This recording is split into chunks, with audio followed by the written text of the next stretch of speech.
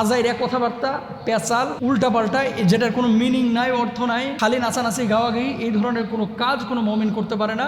এটা ইসলাম অনুমোদন করে না, যেটা আমরা করেছি। শুনেন, কাওয়ালির মধ্যে কিছু গান আছে হৃদয় টাচ করে, যদি আপনি মিউজিক ছাড়াও শুনেন। হৃদয় মাঝে কাবা, নয়নে মদিনা, এরকম কথা বলে। তারপরে বলে ছেড়ে দে নৌকা মাঝি, যাবো মদিনা।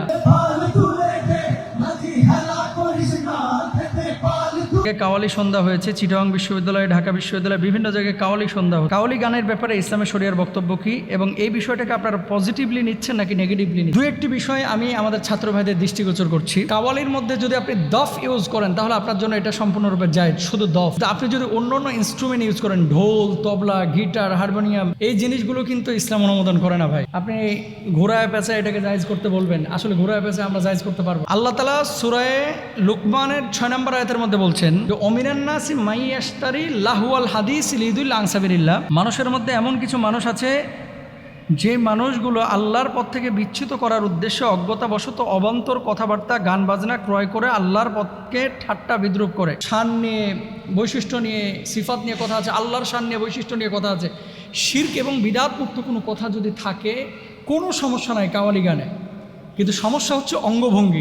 গায়িকা আছে, যেহেতু এটা ভারত, বাংলাদেশ, পাকিস্তান, বাংলাদেশ তো পরে জন্ম নিয়েছে, মূলত ভারত পাকিস্তান এই উপমহাদেশের নিজামুদ্দিন আউলিয়া, ওনার ওই অঞ্চল থেকে মূলত এটার বহির্প্রকাশ এই কাওয়ালির, আমি ইতিহাস থেকে যতটুকু পড়েছি। আর কওলুন থেকেই মূলত কাওয়ালি, কওলুন শব্দের অর্থ কি? বক্তব্য, কথা, কথা, এখান থেকে মূলত কাওয়ালি। বিভিন্ন মাজারে কাওয়ালি অনুষ্ঠান হয় যেখানে নারী পুরুষ একসাথে নাচানাচি করে, সম্পূর্ণরূপে হারাম।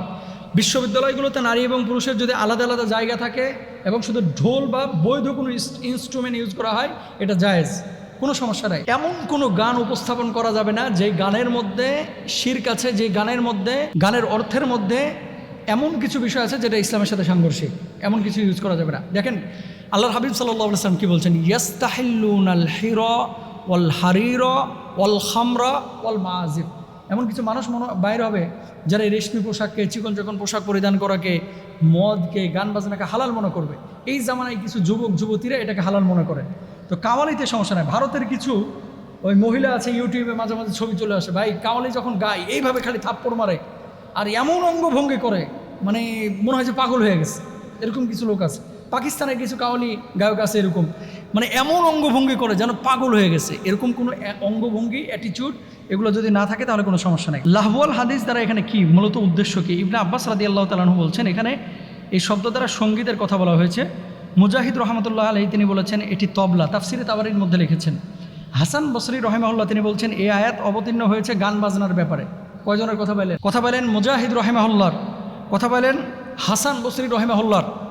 ইবনে কাইয়িম রহিমাহুল্লাহ তার ইগাসাতুল লাহফানে বলেছেন, সাহাবা ইকরাম ও তাবেঈদের মধ্যে যারা লাহওয়াল হাদিসের ব্যাখ্যা সঙ্গীত করেছেন তারাই যথার্থ ব্যাখ্যা করেছে, সম্ভবত চিটাগাং বিশ্ববিদ্যালয়ে। আমার ভাইরা এটা যারা করেছেন বলছে, মোহতারাম এতদিন তো করতেই পারেনি, এখন তো করেছি। আরে ভাই, এখন তো আপনারা কেউ বাধা দেওয়ার নাই, তাহলে আপনি সেভাবেই করেন যতটুকু আপনার জন্য বৈধতা আছে। শরিয়ার কিন্তু একটা লিমিটেশন আছে ভাই, সীমাবদ্ধতা আছে। আপনি চাইলেই সব কিছু যুক্তি দিয়ে জায়েজ করে ফেলতে পারবেন না। হ্যাঁ, স্বাধীনতার আগে এক অবস্থা ছিল, স্বাধীনতার পরে এক অবস্থা, আপনি অনেক কথা বলবেন। সব অবস্থার বড় অবস্থা হচ্ছে আল্লাহ সুবহানাহু ওয়া তাআলা কি বলেছেন। যা আল্লাহ বলেছেন করব, যা আল্লাহ বলেন নাই তা করবো না, এটাই হচ্ছে ফুল অ্যান্ড ফাইনাল। সুতরাং কাওয়ালিকে আমরা পজিটিভলি নিচ্ছি। কাওয়ালির মধ্যে যে ইনস্ট্রুমেন্ট, এই বিষয়গুলো আমাদের ভাবা উচিত এবং কারেকশন করা উচিত। ছেলে মেয়েরা যেখানে কাওয়ালি শুনতেছে, মেয়েদের জন্য আলাদা জায়গা, মাহফিলে যেরকম থাকে, ছেলেদের জন্য আলাদা জায়গা, এরকম থাকা উচিত। আজানের সময় মাইকের শব্দটাকে, আওয়াজটাকে উঁচু না করে নিচু করা উচিত। এগুলো আমরা খেয়াল করবো। আল্লাহ তাআলা বুঝার তৌফিক দান করুন।